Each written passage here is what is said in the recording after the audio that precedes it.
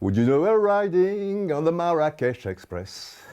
Would you know we're riding on the Oh, putain borgne, Amara Simba sur le plateau TV5 Monde, mais c'est toute la Guinée-Conakry qui se déchaîne. Et même l'équipe de France aussi, un certain nombre de sélections. Comment ça va, Amara? Ça va très bien. Mais tout n'a pas changé après toutes ces années. Tu es toujours l'avant-centre affûté que tu étais. Ouais. Allez, bien sûr, on est là pour la 30e journée et pour le poker d'as africain. Quels sont les 4 joueurs africains qui, selon toi, se sont le plus distingués, Amara, en Ligue 1? Alors, on va commencer par Max-Alain Gradel de Saint-Étienne, doublé face à Lille. Ivoirien. Alors, pourquoi, outre les buts, on va dire? Pourquoi autre il revient de la CAN, enfin il a gagné la CAN, donc ça nous met en confiance. Évidemment. Et c'est ce qui se ressent encore sur le terrain aujourd'hui. Et là, notamment, on le voit sur son premier but, qui n'est pas facile. Mais bon, comme c'est... Pourquoi il n'est pas facile, ce premier but? Parce que c'est un ballon qui arrive, et il fait un contre orienté sans regarder, tac, en pivot, il frappe instantanément. Et il se l'amène, effectivement, là, très fort. Donc le contrôle, effectivement. Magnifique. Et ça dénote une grande confiance. Une grande confiance, et donc il y a la réussite aussi, mais il a provoqué. Il est là. Il provoque le bout. Il provoque. Alors, ça, c'était l'as de cœur d'Amara. Maintenant, on va passer à l'as de trèfle. Encore un attaquant, je crois, Amara. Oui. C'est Jordan Ayew. Oui, le frère d'André qui est à l'OM. FC Lorient. Oui.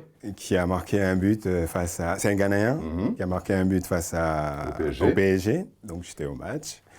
Pas facile comme match. Et pas facile pour un joueur d'avoir aussi une défense comme Paris, là. Thiago Motta, Thiago Silva sur son dos. Et puis il y avait le public aussi. Le public à chaque fois, il touchait le avec ballon. lui.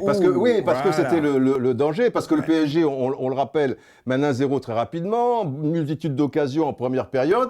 Et lui, il égalise d'un tir ras de terre. Là, il marque et après, il y a encore une deuxième opportunité. Le ballon qui est sauvé sur la ligne. Exactement. Alors que le score était d'un partout. Verratti sauve sur la ligne. Voilà. On était à 2 doigts du doublé. À lui seul, il a failli. Tout seul. Faire plier le PSG. J'étais au mon chapeau parce que c'était pas facile dans les conditions là. C'est vrai, absolument. Mais victoire quand même du PSG. Alors, as de cœur, as de trèfle, as de pique, c'est notre 3e joueur, encore un attaquant. Ouais. C'est les attaquants qui se sont fait remarquer. Oui, mais toi, tu es un attaquant. Voilà. Alors, Alassane Plea. Ouais. C'est un franco-malien. Ouais. Petit coucou à Salif Keita. Salif, le Salif, grand. si tu le regardes. Voilà. Oui. Il joue à Nice. Avant-centre de Nice. Match compliqué à Gerland. Match compliqué puisqu'il se retrouve à 10 contre 11 face à une équipe de leaders qui était leader à ce moment-là. Bien sûr. Et donc il est seul devant. Il est seul devant. Tous derrière. On est obligé de défendre petit cheval blanc un devant. petit contre, peut-être de temps en temps. Ouais. Bon, malgré ça, c'est lui qui quand même arrive à trouver la faille, c'est-à-dire le pénalty qui est provoqué le pénalty, effectivement, à 5 minutes de la fin. Et le but qui va libérer quand même. Et bien sûr, Nice qui est dans une mauvaise passe et qui va l'emporter chez le leader. Voilà. Donc Plea, c'est vrai alors là, on a 3 joueurs, 3 gabarits un petit peu différents. Gradel, on va dire, j'allais dire moustique. Non, c'est une guêpe quand même. Hein. Jordan Ayew. Fin, plus costaud, mais il a la finesse. Plea, c'est plus un bulldozer. C'est la puissance. Oui, ça s'est vu sur le... Voilà. Alors bon, on a les 3 frères Dalton, il en manque un. Ça va être lequel? Le 4e, un attaquant. On a encore un attaquant. On a Botswayi. Michy Botswayi, qui est RDC, qui joue à l'OM. Et belge aussi. Doublé. Contre Lens, effectivement. Même si c'est Lens, à la mi-temps, il y avait 0-0. Et lui, il rentre. Pour la deuxième période. Il rentre, il débloque la situation. Donc, pour un attaquant, c'est ce qu'on peut rêver de mieux. On parlait de gabarit parce que c'est un joueur très costaud aussi, mais très fin. Il arrive à faire des petites choses, roi du doublé et tout, pas mal.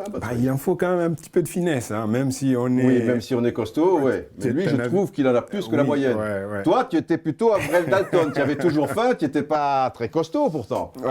C'était quoi ton truc? On avait des défenseurs costauds quand même derrière. Eh ben oui, mais comment tu faisais? Oui, toi, tu les avais aussi dans ton équipe, mais comment tu faisais fin comme tu étais pour t'en sortir? Je te dirai à toi seulement après. Ah bon, ça sera le secret. Mais Amara, alors, Batshuayi, on le surnomme là-bas Batman, puisque Bat, tu vois? Batman! Batman! Et comme à TV5 Monde, on ne recule devant aucun sacrifice, et il faut bien savoir qu'Amara était le roi de la bicyclette, c'est-à-dire les retournés ciseaux. Il en a fait des tas avec le PSG, comme avec le maillot qui est derrière toi, l'AS Cannes. Eh bien, Amara TV5 Monde est content aujourd'hui de t'offrir, on te surnommait donc la bicyclette, eh bien, on va t'offrir un vélo! La bicyclette d'Amara, les enfants! La bicyclette d'Amara! Et voilà!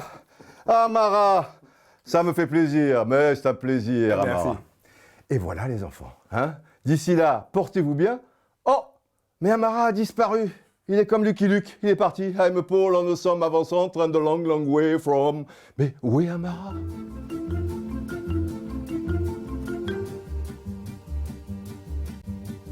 Quand on partait de bon matin, quand on partait sur les chemins, à bicyclette,